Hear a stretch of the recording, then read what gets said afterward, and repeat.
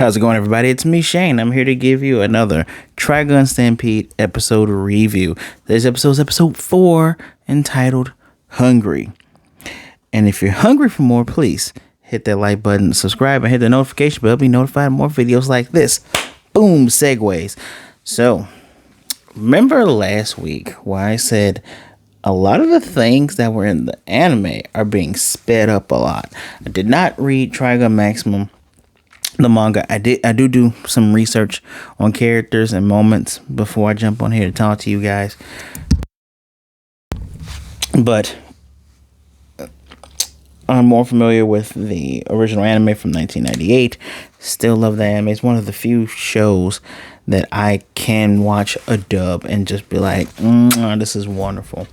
I will rewatch. I do want to rewatch it though, in sub. I do want to rewatch that. But I digress, everybody. Excuse me. I digress, everybody. Today's episode is where we end up meeting Nicholas D. Wolfwood. Now, in the original anime and in the manga, he's a priest. And here, he's just an Undertaker with a giant cross that happens to turn out to be a machine gun. Although I wonder if that's going to change, because in the original anime, and I think the original manga as well, it wasn't just a machine gun. It was a machine gun, it was a rocket launcher, and it had a compartment for other guns in it. Now here's the crazy thing though, this thing shoots like energy bullets, and like he spun it around and it changed like where the blaster went. It went from like the long end to the short end, and he cut a massive sandworm in half, or at least most of it in half, with a beam. Again, the show is less Gunslinger Mad Max like the original and more cyberpunk post-apocalypse. I mean, Mad Max is post-apocalypse, but it's much more like Road Warrior, Gunslinger in the original. This is more cyberpunk. I mean, there are gunslingers and stuff, but a lot of the technology is more it shows that they came from another world where there was other technology. Yeah. So in this episode, I don't even know where to start. Like, Vash is still pretty much distraught because of what happened in the city of Jurai Rock, or Janae. I don't know how to say it. I'm calling it Janae Rock. And he hasn't eaten ever since they've left there. He has slept, but he just hasn't been able to eat. Mind you, also Wolfwood gets hit by the car, but it's the trailer. And even Roberto, I guess Roberto's gonna be that character. I pay attention to everything. It's like, hey, you got hit by a car, you all right? Yeah. And they meet this kid. The kid turns out to be Zazie the Beast. Zazie the Beast was actually in the Gun-Ho Guns in the original anime as well as in the manga. But in the manga, this counterpart here is more closer to his manga counterpart, which controls worms. Worms are the creatures that are on No Man's Land. Now, when I say worms, not just those flying things. There's these little jelly bobs that glow at night. Those are worms. The giant sandworms are also worms. There's medium-sized worms that we see 3 sand rider guys chop up and eat. They note in the very beginning, man, the worms seem very irritated today.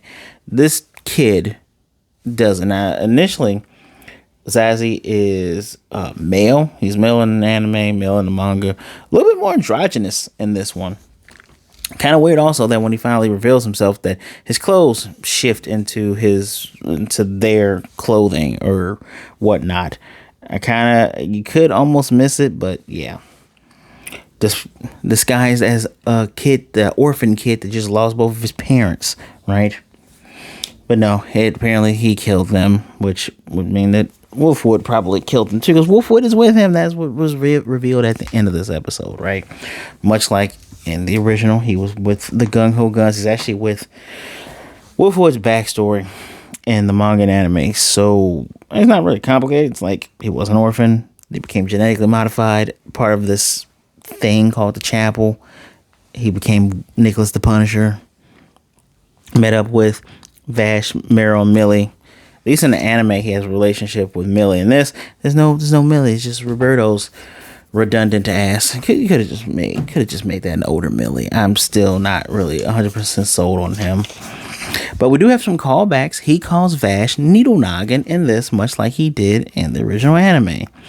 To the point where they finally introduced themselves, which is funny because Roberto called him Stampede when they were talking, but to the point where when Vash tries to say him, Vash, he says Needle Noggin, which is like, oh, are you purposely like not gonna call him Vash or anything because trying to lay low? What is the end game here, right? Because obviously he's not super evil, because Vash says so when they're inside the worm, they have to split up to look for the kid before it's discovered kid's bad. Roberto's like, yeah, first of all, Wolfwood grabs a worm, eats it, throws one to Vash, and Roberto goes, yeah, see, the first bite is to distract you. The second bite is to deliver poison inside of you. The standard assassin stuff. Don't trust this guy here. He's like, I heard about people, the publication we work for is garbage, but it has good intel, and I've heard about people who can control worms. Got that big old heavy cross there, man. It's too big to be a regular cross. And he takes out his his little pea shooter Dillinger.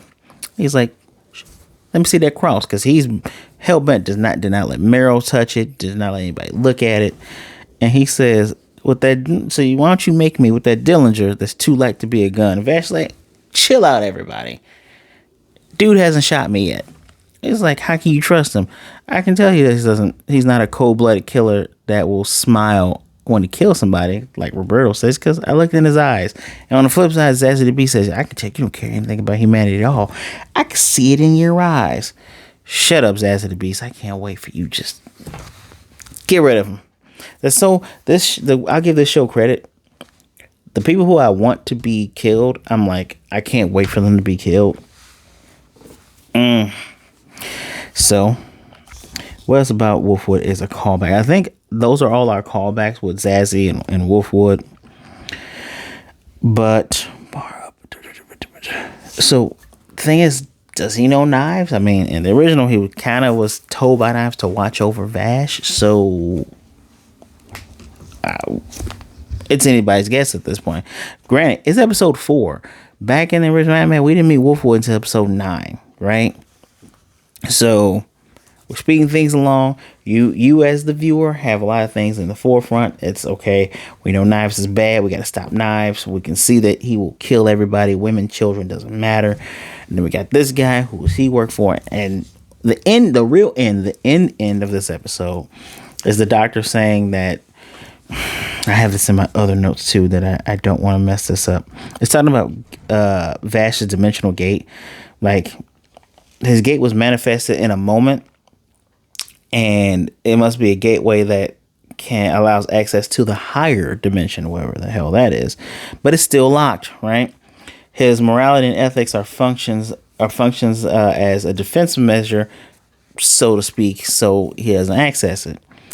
And the doctor tells Knives that, yeah, your little brother is more human than anyone. And you see the stupid little kid. I hate when they introduce kid characters, because then you get the whole Deadpool conundrum where it's like, I'm not going to kill a kid. Look, man. Certainly hope there's a character that does do that, because accidental death of evil kid characters can get old. No, just get rid of them. They evil. They ain't going to grow up to be any better. Get rid of them. And Knives says that, well, we'll pry it out of him while making, little shredder knives, 2 little blades. We'll pry it out of him, even if it means killing him. It's just, so this could lead up to the Fifth Moon incident, a thing that in the originals kind of made Vash go in and hide him because his arm went out of control and didn't want to hurt anybody. So raise it up to the sky with the gun. Pew! Big ass hole in the moon. So, I mean, if the Fifth Moon incident happens so quickly, that would be ridiculously early. That's one of the things I mentioned very on when reviewing this show. I liked the original because it was, you had no idea what the entire plot was. We said, there's a guy, humanoid typhoon, stuff happens when he's around. And then you get the underlayer of, oh, wait a minute, evil twin brother. Oh, someone's looking for him. They're killing people because they know that he doesn't want anybody to die. Has a nervous, even goes into hiding for 2 years because, a bunch of people were killed, or he couldn't save a bad guy who ended himself. So this is the character, which is very much appreciated, but the original show, a lot of it was underground. This one's like, here's everything out there. How are we going to get here? I don't know how many episodes this first season is going to be. Haven't even bothered to look it up, but let's just say first season's 12 to 15 episodes. I'm interested in how they're going to drag this out, because to do the fifth moon incident so early, just wow. Another thing to note is because of Roberto and Meryl being with Vash, they are called 2 other suspects that are with him, and they're going to be called in they want to be pulled in for questioning as well. They're called his accomplices, which if the head office finds out about that, they're going to be in trouble, right? And of course, Wolfwood said he's going to tag along, another smoker along with, but the cigarettes he chain smokes are always so bent, right? And steals one. I love the fact that he called, I don't know if I mentioned this earlier, but I love the fact that he called Roberto Downer Uncle, which is the perfect descriptor for Roberto. Now, Wolfwood was the only character within the main group that died in the original show.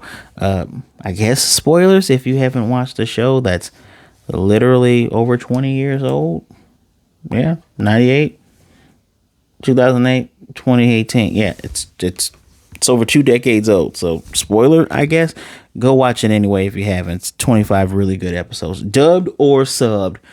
Amazing show. Very rare that I will say that. Dubbed or subbed, amazing show. But I digress. I'm looking forward to seeing how they're going to make Vash, open up his gate. Because the gate seems different in this one. It actually seems like another power as opposed to just, oh yeah, the guns are the catalysts that make a giant mega blaster thing. So it's a little bit more deeper than that. It's so many references to the anime and manga that you may have already read and watched, while also doing something new, which is much, much appreciated. I'm trying to see if there's anything else in here that's worth. Oh, the one thing that is worth. So everybody eats these damn worms. I do like that the 3, I call them 3 sand people, but the 3 guys on the dunes that were eating meat and stuff that watched, first of all, Vash and Wolfwood got spouted out of the giant worm before, and the guy was like, dang, I never seen that before. You should probably run though, because it's coming up on you, and Vash is not going to leave Meryl or Roberto. He's going to get swallowed again. I like the fact that Wolfwood constantly kept saying to him, dude, second time, you turn your back on me, you just met me. And Vash is like, yeah, but you haven't shot me, so whatever. And it did kind of seem like he was going to shoot Vash when he said, oh, you turned your back on me. He was like, no, I'm not going to let you get away, worm. Which, a ruse to get them to join him. But he says something to Zazie before we knew it was Zazie, where he says, no matter how heavy the cross you carry, you still deserve to eat and to smile. Which Vash repeats that because he finally eats at the end, which makes Meryl very happy. And they look up in the sky at the little jelly bob worms that make the sky look pretty. But again, Roberto's like, those are worms, right? Shut up for ruining it. Thank you for ruining it. But still, that is a good message. That is a thing, kind of like the Kamiya, don't believe in you, believe in me who believes in you. This is another thing I think you can take out into the real world. No matter how heavy the cross you carry, you still deserve to be happy. So be happy. I like that. I like that a lot. That's probably going to come up again. They always put out the previews for the next episode. I have not watched it at the time of recording this. I might watch it after I'm done with this, but we will see. We will see. All in all, what would I call this episode? Before the immediate reveal of Nicholas D. Wolfwood being obviously a double agent. He's with the good guys, but he's not a good guy. I call that a double agent. Before I was gonna give it a 5 because I like Wolfwood's entire characterization. I enjoy it a lot.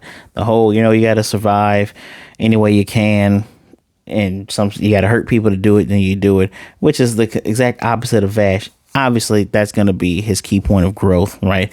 Well, you got to survive, but you don't have to hurt people, which is, again, the thing that people need to learn in real life. You don't have to step on people to get far. Just saying. But I digress. I like the characterization.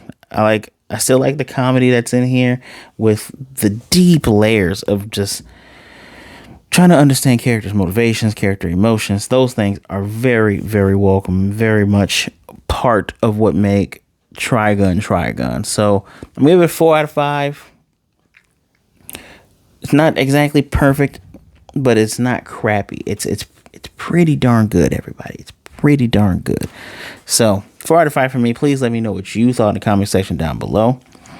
Do not forget to hit that like button, subscribe if you're new here, and hit the notification bell to be notified of more videos such as this one. I genuinely want to know what you guys think about this. I really don't know where this is going, and that's good. I like it. So, as always, guys, thank you for taking some time listening to me talk about this anime. Please be good, be blessed, wash those hands, be safe out there, take care of yourselves, all right? Be good to yourself, be good to others. Either way it goes, please don't be a jerk. There's so much stuff that's going on this week. Just be kind. We are all human beings. We all deserve, just like the quote says, we all deserve love, all right? We all deserve to be loved and respected. Do not forget that. You know what?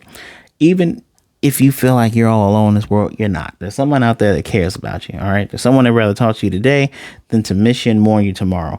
So please, talk to somebody. My social media is at the bottom. Feel free to add me. Send me a message. I'll talk to you. All right? So, for me, from Stitch, I'll see you guys next time. Bang.